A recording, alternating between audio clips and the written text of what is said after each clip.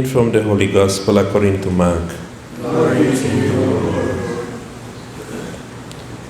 Jesus went to his hometown, and his disciples accompanied him. With the coming of the Sabbath, he began teaching in the synagogue, and most of them were astonished when they heard him. They said, Where did the man get all this? What is this wisdom that has been granted him, and these miracles that are worked through him? This is the carpenter, surely, the son of Mary, the brother of James and Joseph, and Jude and Simon. His sisters too, are they not here with us? And they would not accept him.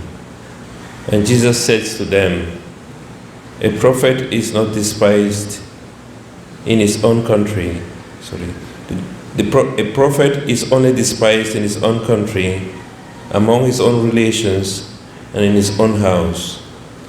And he could work no miracle there, though he cured a few sick people by laying his hands on them. He was amazed at their lack of faith. The Gospel of the Lord. Praise to you, Lord Jesus Christ.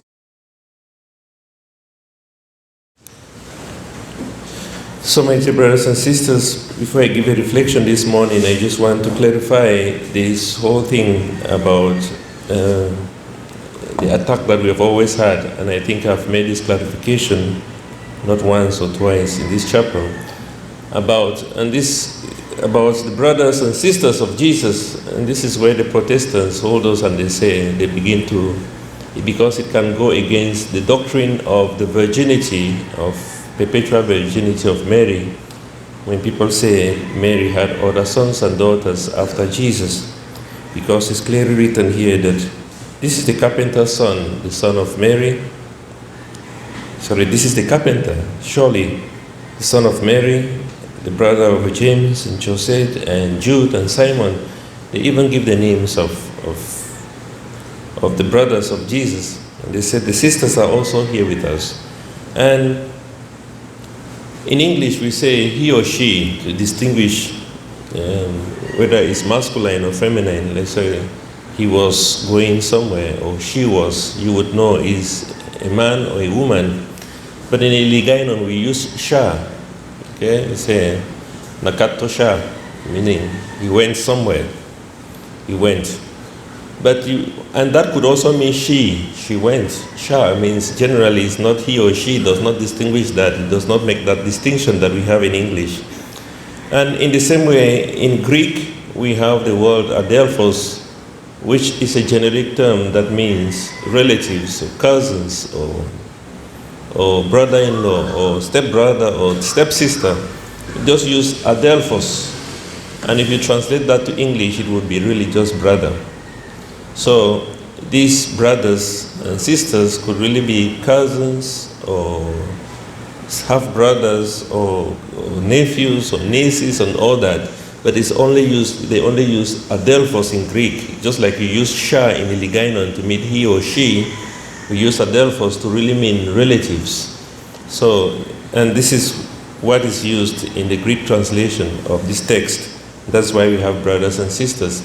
Furthermore, if you go to Matthew's Gospel, chapter 27, from verse 55, 56, around there, it talks about there was another Mary who was standing at the foot of the cross, and they say it was the mother of, there was another Mary standing at the foot of the cross, and it was the mother of James and Joseph. And in John's Gospel, chapter 19, verse 25, he says, standing at the cross of Jesus was Mary, the sister of Mary, the mother of Jesus. So it's possible that this woman who was standing at the foot of the cross, who was called Mary, the sister of Mary and the wife of Cleopas.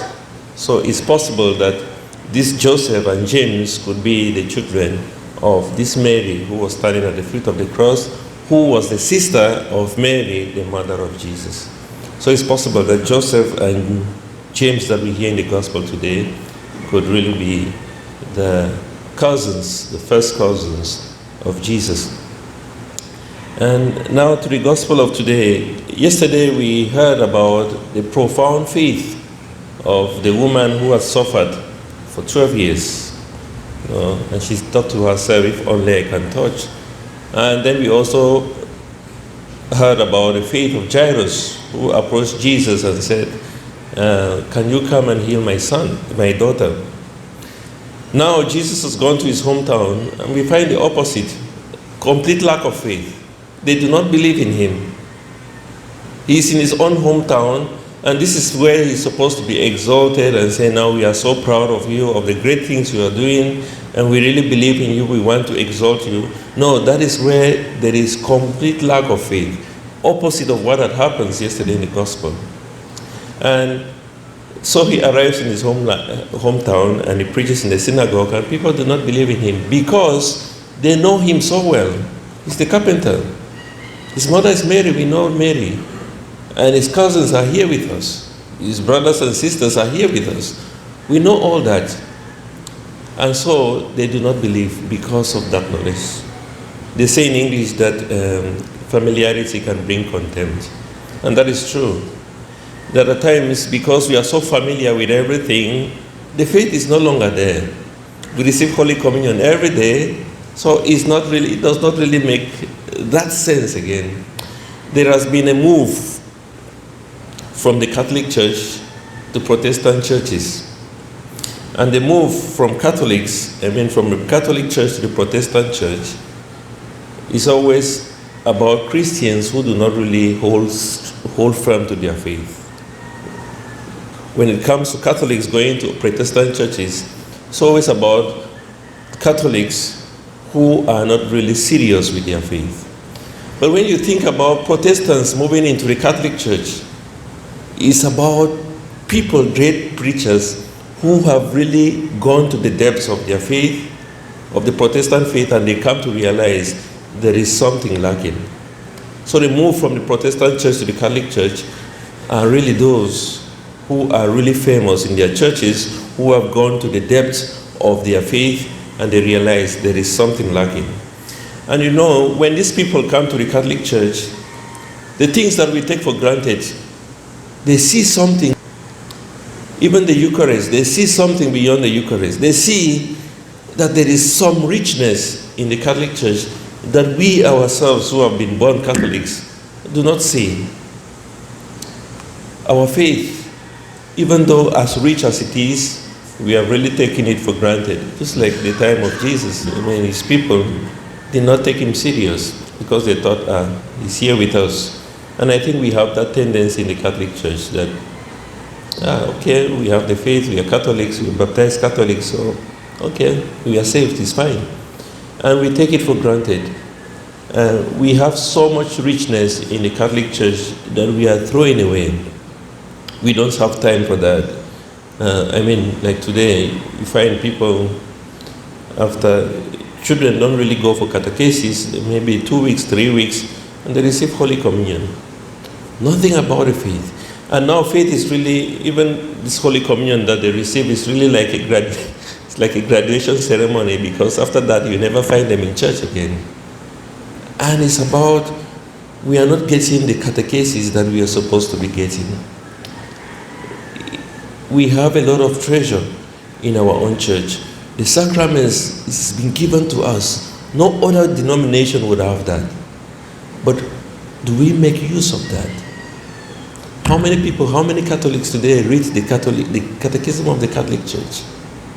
How many Catholics today read their scriptures? How many Catholics today even pray the rosary every day?